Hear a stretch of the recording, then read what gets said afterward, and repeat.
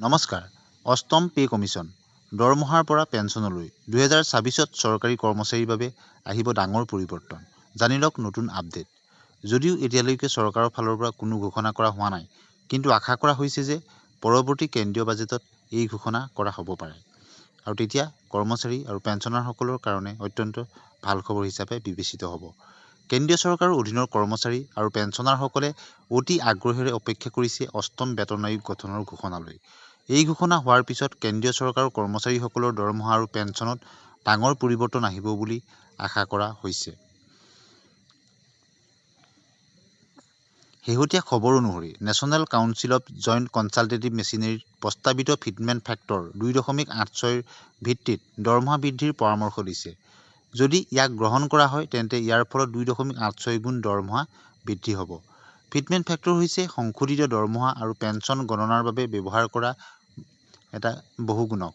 সপ্তম দৰমহা আয়োগৰ অধীনত ফিটমেণ্ট ফেক্টৰ 2.57 নিৰ্ধাৰণ কৰা হৈছিল, যাৰ ফলত ন্যূনতম দৰমহা 7,000 টকাৰ পৰা 18,000 টকালৈকে বৃদ্ধি পাইছিল। যদিহে অষ্টম দৰমহা আয়োগৰ অধীনত প্ৰস্তাৱিত 2.86 ফিটমেণ্ট ফেক্টৰ কাৰ্যকৰী কৰা হয়, তেন্তে ন্যূনতম বেচিক দৰমহা 18,000ৰ পৰা 51,480 টকালৈ বৃদ্ধি পাব পাৰে, যাৰ ফলত কৰ্মচাৰীসকল লাভান্বিত হ'ব। প্ৰস্তাৱিত পৰিৱৰ্তনে পেঞ্চনাৰসকলকো লাভান্বিত কৰিব। বৰ্তমান ন্যূনতম পেঞ্চন 9,000 টকা, যিটো সপ্তম বেতন আয়োগৰ ফিটমেণ্ট ফেক্টৰ 2.57ৰ সৈতে গণনা কৰা হয়। নতুন ফিটমেণ্ট ফেক্টৰ 2.86ৰ সৈতে ন্যূনতম পেঞ্চন 25,740 টকালৈ বৃদ্ধি পাব পাৰে। দৰমহা আৰু পেঞ্চন পৰিৱৰ্তনৰ উপৰি ডিএ আৰু অন্যান্য ভাত্তাসমূহো বেচিক দৰমহাৰ সৈতে সংগতি ৰাখি সংশোধন কৰাৰ আশা কৰা হৈছে। বছৰত দুবাৰকৈ সংশোধন কৰা হয় ডিএ। ইউনিফাইড পেঞ্চন আঁচনি। আনহাতে চৰকাৰে 2025 চনৰ 1 এপ্ৰিলৰ পৰা ইউনিফাইড পেঞ্চন আঁচনি অৰ্থাৎ UPS ৰূপায়ণ কৰিবলৈ সাজু হৈছে। এই আঁচনিৰ অধীনত অৱসৰৰ পূৰ্বৰ 12 মাহৰ ভিতৰত কৰ্মচাৰীজনৰ দৰমহাৰ ওপৰত ভিত্তি কৰি পেঞ্চন গণনা কৰা হ'ব, যাৰ ফলত অৱসৰ সুবিধা আৰু অধিক বৃদ্ধি পাব বুলি আশা কৰা হৈছে। এতিয়া আহিছোঁ অন্য এটা খবৰলৈ।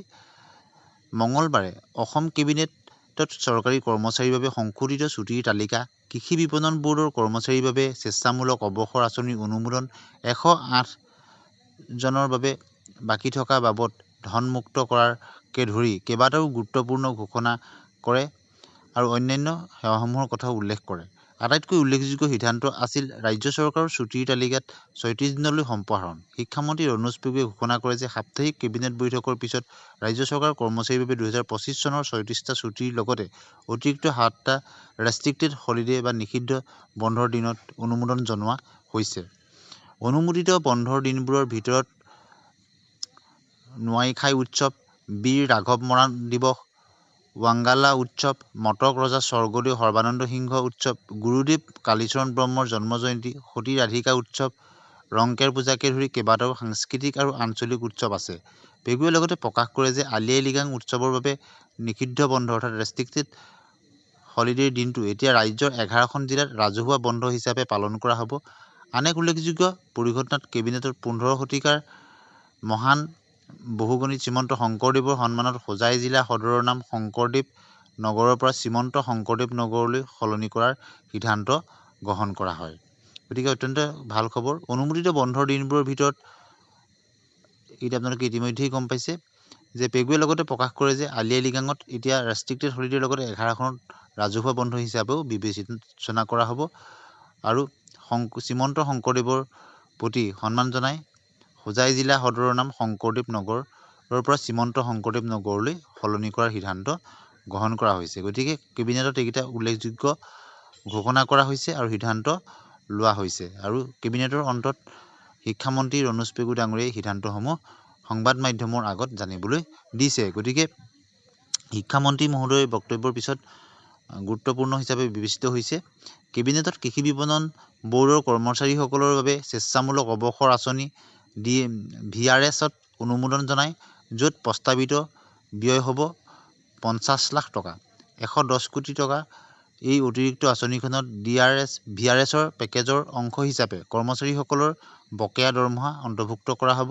মন্ত্ৰী পেগুৱে আৰু জনাইছে যে প্ৰায় 2 লাখ লোকৰ জীৱন ৰক্ষা বুলি কাৰণে 108খন এম্বুলেন্স সেৱাই কাৰণে তেওঁলোকে অনুমোদন জনাইছে আৰু 50 লাখ টকা তাৰ কাৰণে অনুমোদন জনাইছে। তেওঁলোকৰ বাকী থকা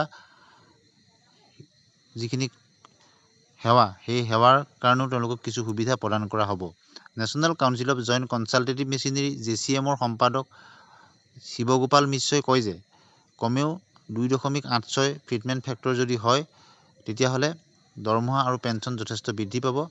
ফাইনেন্সিয়েল এক্সপ্ৰেছৰ এক প্ৰতিবেদন অনুসৰি যদি চৰকাৰে ফিটমেন্ট ফেক্টৰ 2.86 অনুমোদন কৰে তেন্তে চৰকাৰী কৰ্মচাৰীৰ ন্যূনতম দৰমহা 18% বৃদ্ধি পাব আৰু পেঞ্চনো যথেষ্টখিনি বৃদ্ধি পোৱাৰ সম্ভাৱনা আছে।